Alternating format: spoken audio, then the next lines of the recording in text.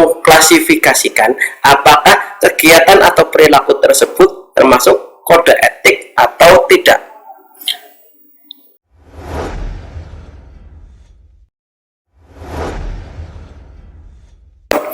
Assalamualaikum warahmatullahi wabarakatuh.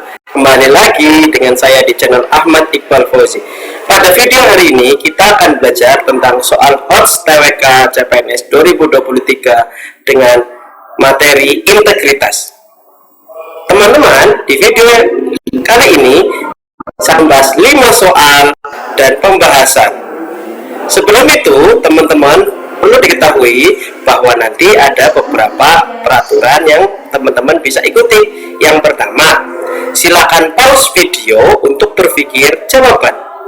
Yang kedua, soal akan saya bacakan, selanjutnya akan saya bahas. Dalam akhir video nanti akan ada latihan yang teman-teman bisa jawab, lalu tulis di komentar jawabannya. Apabila ada yang ditanyakan, teman-teman bisa bertanya di kolom komentar juga. Enjoy, selamat belajar. Soal nomor 1. Dalam melaksanakan tugas-tugasnya, seorang ASN harus selalu berbasis pada nilai dasar dan berperilaku sesuai kode etik berikut ini kecuali A. Menggunakan kekayaan yang dan barang milik negara secara bertanggung jawab, efektif, dan fleksibel. B. Memberikan informasi secara benar dan akurat. C. Melaksanakan tugas sesuai perintah atasan atau pejabat berwenang selama tidak bertentangan dengan peraturan. D. Melayani dengan sikap hormat, sopan, dan tanpa tekanan. E. Menjaga nama baik dan integritas ASN kapanpun dan dimanapun. Teman-teman bisa pause video ini untuk berpikir terlebih dahulu. Akan saya bahas ya teman-teman. Di sini untuk menjawab soal seperti nomor 1 ini, kita perlu berfokus pada nilai dasar dan berperilaku sesuai kode etik seorang ASN. Di sini ada tambahan lagi, yaitu melaksanakan tugas-tugasnya. Kita bandingkan opsi jawabannya ya teman-teman. A. Menggunakan kekayaan dan barang milik negara secara bertanggung jawab, efektif, dan fleksibel. Kita bandingkan dulu yang kedua. Memberikan informasi, berarti saat bekerja ya teman-teman ya. Yang C. Melaksanakan tugas, berarti saat bekerja juga ya teman-teman ya. Melayani dengan sikap hormat, berarti juga saat bekerja ya teman-teman.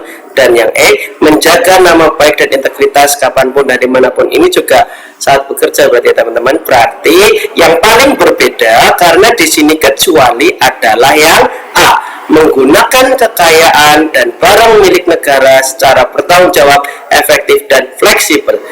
Jawaban nomor 1 adalah yang A. Pembahasannya seperti ini teman-teman. Sebagai pegawai ASN harus selalu berdasarkan nilai dasar dan berperilaku sesuai kode etik. Hal yang bukan kode etik adalah menggunakan kekayaan dan barang milik negara secara bertanggung jawab, efektif, dan fleksibel.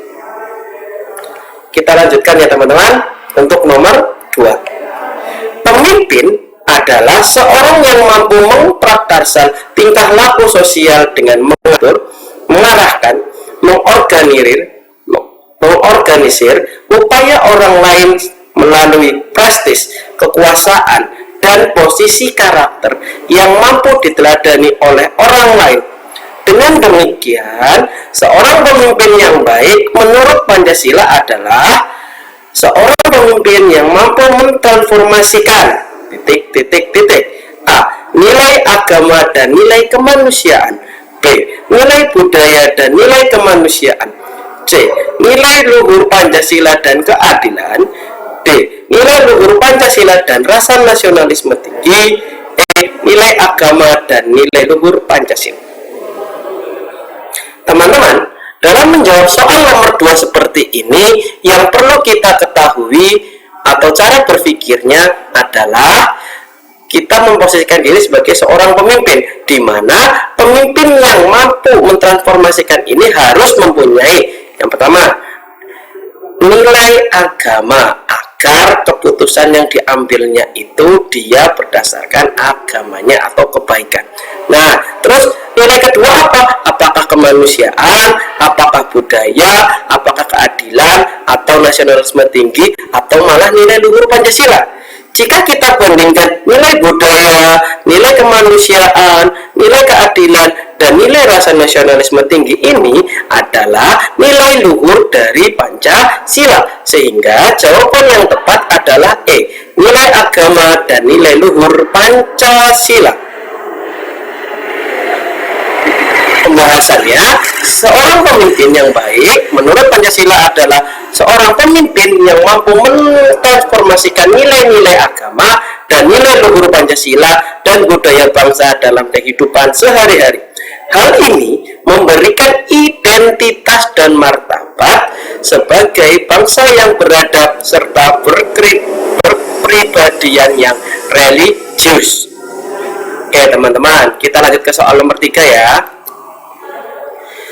Strategi dan kebijakan untuk meningkatkan integritas moral aparatur birokrasi dapat diimplementasikan dalam bentuk program yang secara simultan dilaksanakan melalui kegiatan-kegiatan berikut, kecuali A. Rekrutmen pegawai melalui sistem CAT.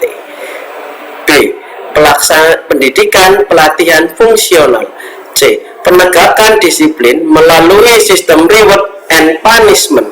D. Peningkatan kesejahteraan yang sesuai dengan pemenuhan kebutuhan hidup. E. Pembuatan sistem anti korupsi. Oke teman-teman, kita bahas ya. Untuk menjawab soal nomor 3 ini, yang digarisbawahi ini adalah meningkatkan integritas moral melalui kegiatan-kegiatan berikut. Integritas berarti kualitas dirinya yang ditingkatkan. Pertama, rekrutmen pegawai melalui sistem CAT. Ya teman-teman, karena dengan sistem CAT seperti seleksi CPNS ini tidak mungkin adanya bocoran soal, integritasnya terjaga. Yang kedua, pendidikan pelatihan fungsional, artinya setelah masuk pegawai ASN ini dilatih lagi berdasarkan jabatan yang dimasukinya. Berarti ini juga pelatihan integritas ya teman-teman. Yang C, penegakan disiplin melalui sistem reward dan punishment, ini juga kegiatan yang bagus untuk stimulan integritas ya teman-teman. Sedangkan yang D, peningkatan kesejahteraan yang sesuai dengan pemenuhan kebutuhan hidup. Maksudnya seperti ini, gaji akan semakin naik ketika masa baktinya naik atau golongannya naik teman-teman. Ini juga salah satu kegiatan yang bagus untuk simultan integritas. Dan yang E ini teman-teman, pembuatan sistem anti korupsi. Nah, ini jawaban yang agak tidak tepat atau tidak benar ya teman-teman. Kenapa? Karena pembuatan sistem anti korupsi ini tidak menaikkan integritas moral, hanya untuk mengawasinya ya teman-teman. Jadi jawaban yang tepat adalah yang E, pembuatan sistem anti korupsi. Pembahasannya seperti tadi ya teman-teman, karena hal tersebut tidak meningkatkan output pegawai ASN, sedangkan fungsinya sebagai pengawasan. Kita lanjut untuk nomor 4.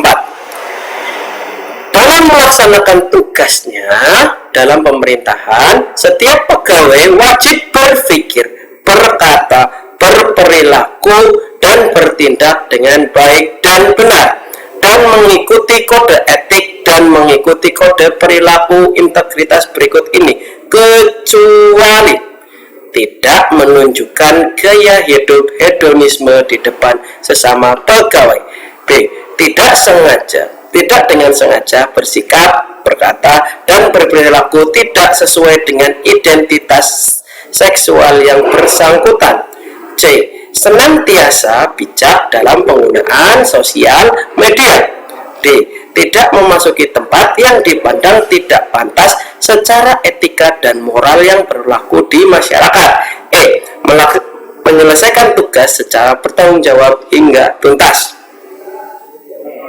Oke teman-teman, ini sama seperti tadi soal nomor 3 ya teman-teman. Artinya kita dapat mengklasifikasikan apakah kegiatan atau perilaku tersebut termasuk kode etik atau tidak.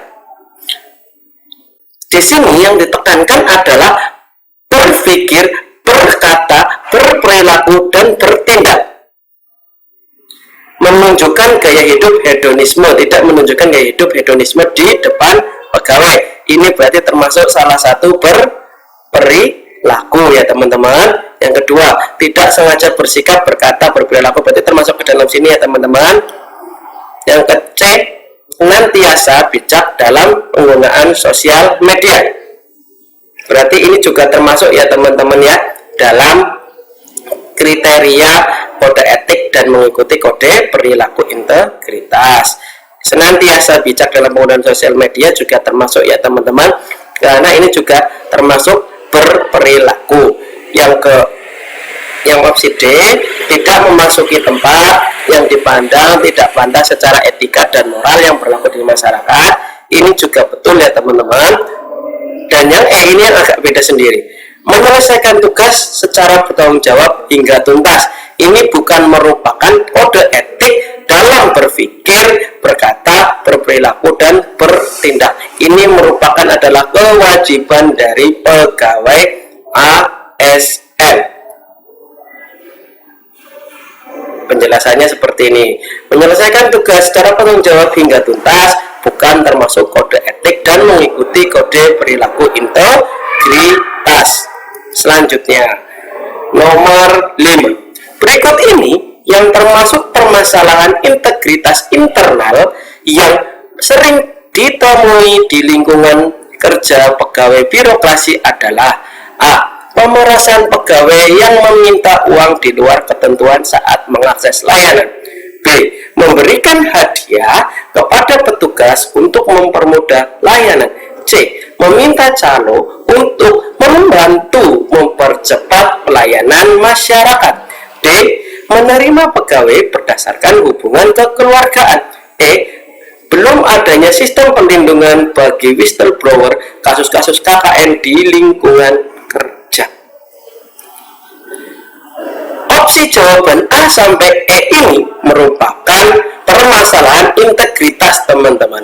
Tapi yang perlu kita ketahui bahwa soal 5 garis bawahi di integritas internal, artinya yang ada di dalam kantor tersebut.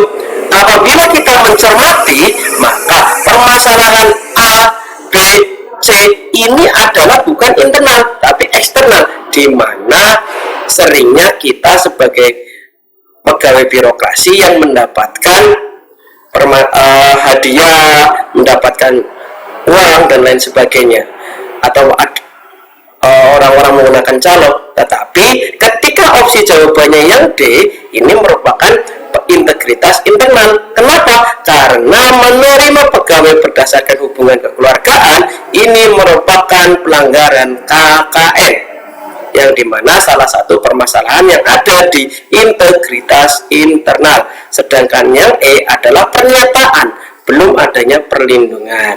Jadi jawaban yang tepat untuk menjawab jawaban soal nomor 5 adalah D, menerima pegawai berdasarkan hubungan kekeluargaan.